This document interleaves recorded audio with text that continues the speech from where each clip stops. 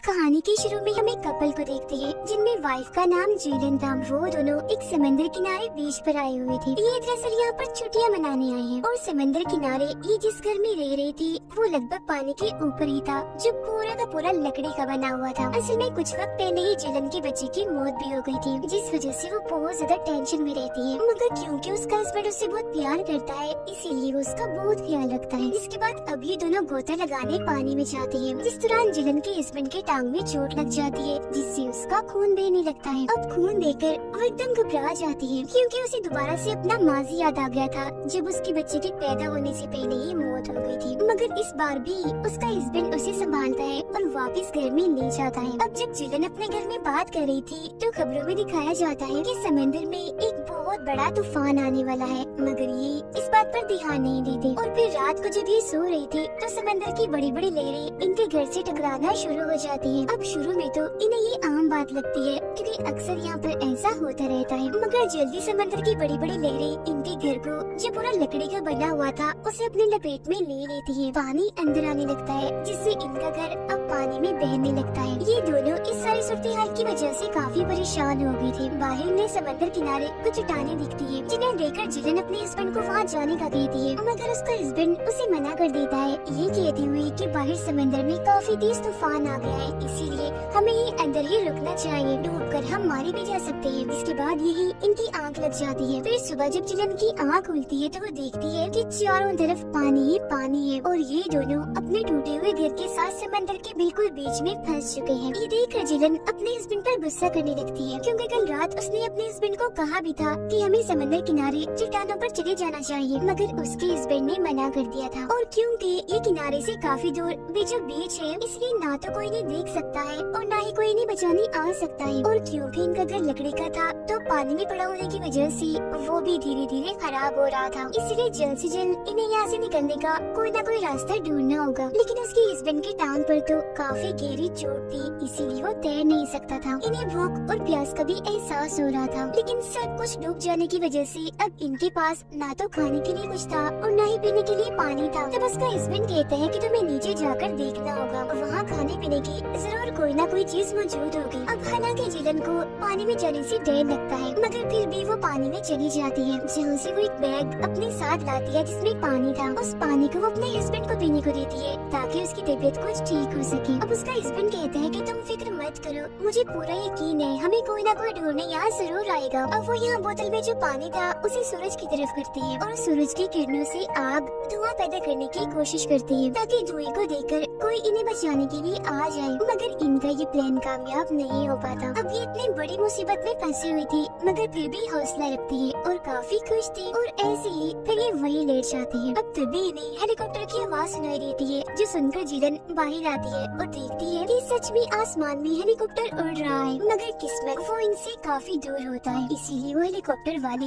इन्हें नहीं देख पाते। तो जिलन की आंखों के सामने ही वहाँ से वो चले जाते हैं। हालांकि वो चीख रही होती है, चिल्ला रही होती है, उन्हें बुलाने के लिए हाथ भी हिला रही होती है, मगर वो इसे देख ही नहीं पाती। कुछ देर के बाद फिर वो देखती है कि इनसे कुछ ही दूरी पर एक शिप है। इस बार भी वो उन्हें बुलाने के लिए हाथ हिलाती है, चिल्लाती है, मगर दूरी होने की वजह से शिप वाले इन्हें नहीं देख पाते। इतनी ही देर में उसके हस्बैंड की भी आंख खुल जाती है, जो बोतल से एक बार फिर आग धुआं पैदा करने की कोशिश करता है। इस बार वो कामयाब भी हो जाता है, क्योंकि धुआं उड़ना शुरू हो गया था। मगर इससे पहले कि शिप वाले इस धुएं को देखते, शिप तब तक मुड़ चुकी थी। वो इनसे काफी दूर जा चुकी थी, जो देख दोनों एक बार फिर काफी मायूस हो जाते हैं। और तो और मुसीबतें इनके लिए बढ़ती ही जा रही थी, क्योंकि धुआं उठाने के लिए जो आग इन्होंने जलाई थी वो अब इनके पूरे ही घर में फैल चुकी थी, इसीलिए सब कुछ जलने लगता है। आग बढ़ती ही जा रही थी, इसीलिए इन्हें घर से नीचे पानी में कूदना पड़ता है। पानी में कूदकर ये अपनी आंखों के सामने ही अपने पूरे घर को जलता हुआ देखते हैं, जहाँ कुछ देर पहले इन्होंने अपनी जान बचाने के लिए वहाँ पनाह ली हुई थी।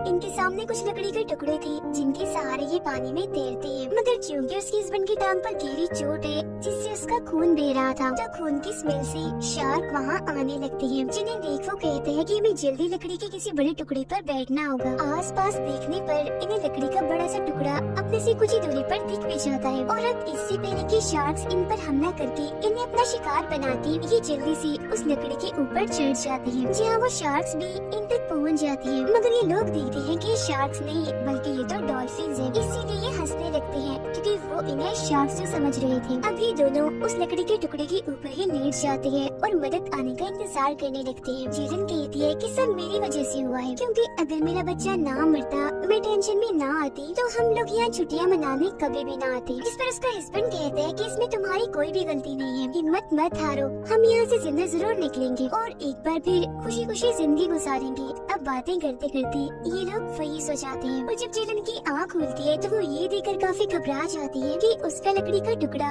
उसके हस्बैंड के लकड़ी के टुकड़े से अलग होकर काफी दूर जा चुका है। साथ ही तेजी से उसके हस्बैंड की टांग से खून निकल रहा है जो पानी में हर तरफ फैल चुका है। उसके हस्बैंड की तबीयत खराब होती जा रही थी तो वो कैसे भी करके उस तक पहुंचना चाहती थी, इसीलिए वो पानी में कूदकर एक छोटी लकड़ी के सहारे अपने हस्बैंड के पास जाने लगती है। मगर अब यहाँ सचमुच शार्क्स भी आ चुकी थी खून को सूंघ कर, इसीलिए वो इन पर हमला कर देती है जिससे उसका हस्बैंड भी अपने लकड़ी के टुकड़े से नीचे गिर जाता है। मगर किस तरह जेलन लकड़ी के टुकड़े पर चढ़कर अपने हस्बैंड को भी ऊपर खींचने की कोशिश करती है, पर तब तक शार्क कई बार उस पर हमला कर चुकी होती है, जो देखकर जेलन एक छोटी लकड़ी के टुकड़े को चाकू बनाकर उस बड़े लकड़ी के टुकड़े को तोड़ ले जाती है जिस पर वो खुद सवार है और उसका हस्बैंड उसके सहारे लटका हुआ है। और क्योंकि वो बहुत ज्यादा थक चुकी थी इसीलिए वही उसकी आंख लग जाती है। उसके हस्बैंड भी बेहोशी की हालत में उस टुकड़े के सहारे खड़ा होता है। मगर जब जेलन की आंख खुलती है तो वो देखती है कि हम समंदर किनारे हैं। वो काफी खुश हो गई थी, इसीलिए अपने हस्बैंड को उठाने की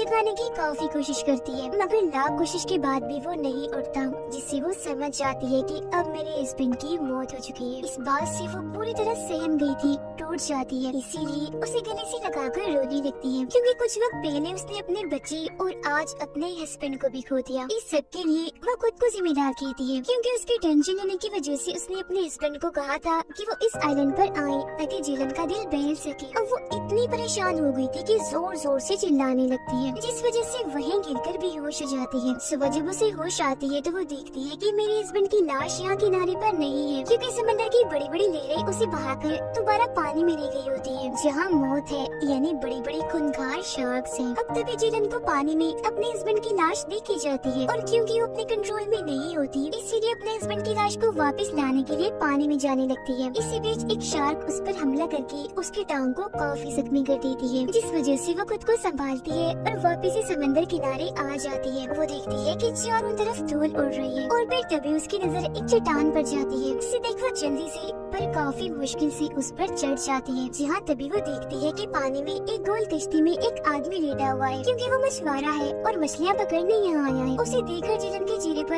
एक अलग ही तरह की खुशी थी, क्योंकि वो उसे अपने लिए एक उम्मीद लग रहा था। वो जल्दी से उसकी कश्ती में जाकर पहले तो उसे जगाती है और फिर समझाने की कोशिश करती है कि मेरे हस्बैंड की पानी में मौत हो गई है, क्योंकि वो काफी जख्मी थी और अब मैं यहाँ इस आइलैंड पर फंस चुकी हूँ, मुझे तुम्हारी मदद चाहिए। मगर वो आदमी पढ़ा नहीं होता, इसीलिए उसे इंग्लिश समझ नहीं आती, जो देख जेलन उसे बड़ी मुश्किल से समझाती है कि देखो मैं ये कहना चाह रही हूँ कि मुझे मदद की जरूरत है, जो कहकर वो उसे अपनी जख्मी टांग भी दिखाती है, जिस पर वो आदमी दवा लगाकर मरहम पट्टी कर देता है।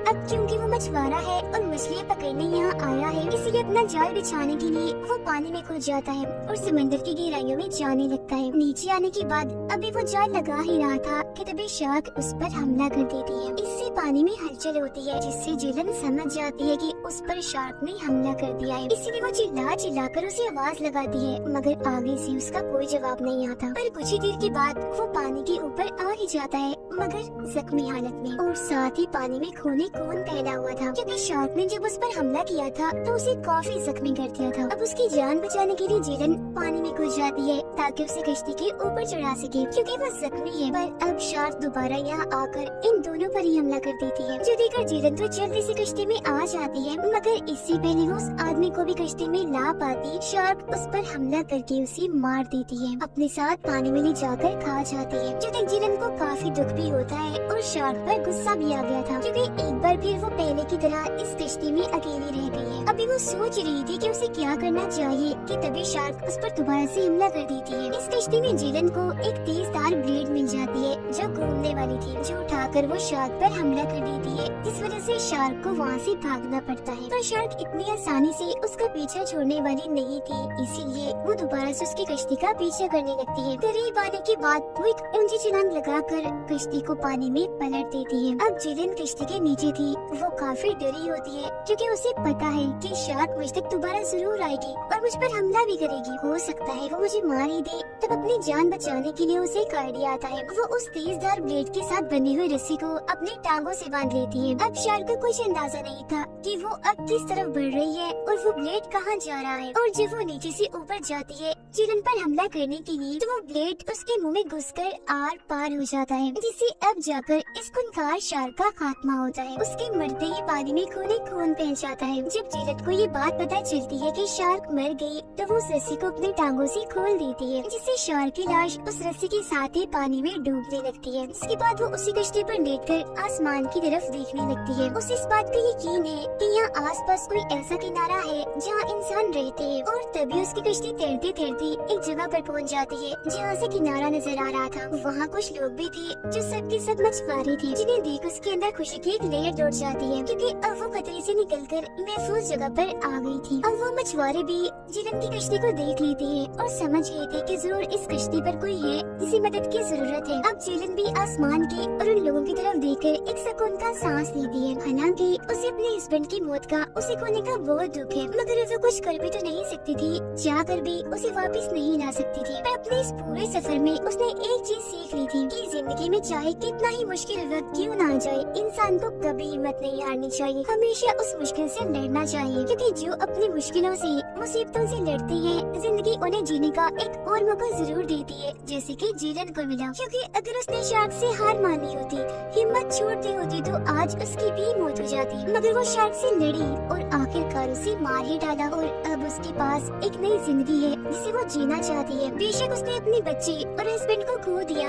मगर उसे समझ आ गई है कि दुनिया में कोई भी चीज हो या इंसान हमेशा नहीं रहती। एक दिन हर किसी को खत्म होना है, दुनिया छोड़कर जाना है। इसलिए हमें जो जिंदगी का खूबसूरत तोहफा मिलता है उसे हमें खुशी खुशी जीना चाहिए, उसे कबूल करना चाहिए। अपने प्यारों के छोड़ जाने के बाद दुखी नहीं होना चाहिए, बल्कि सब्र से काम लेना चाहिए। और मेरे इसी मैसेज के साथ ही ये फिल्म इधर ही खत्म हो जाती है।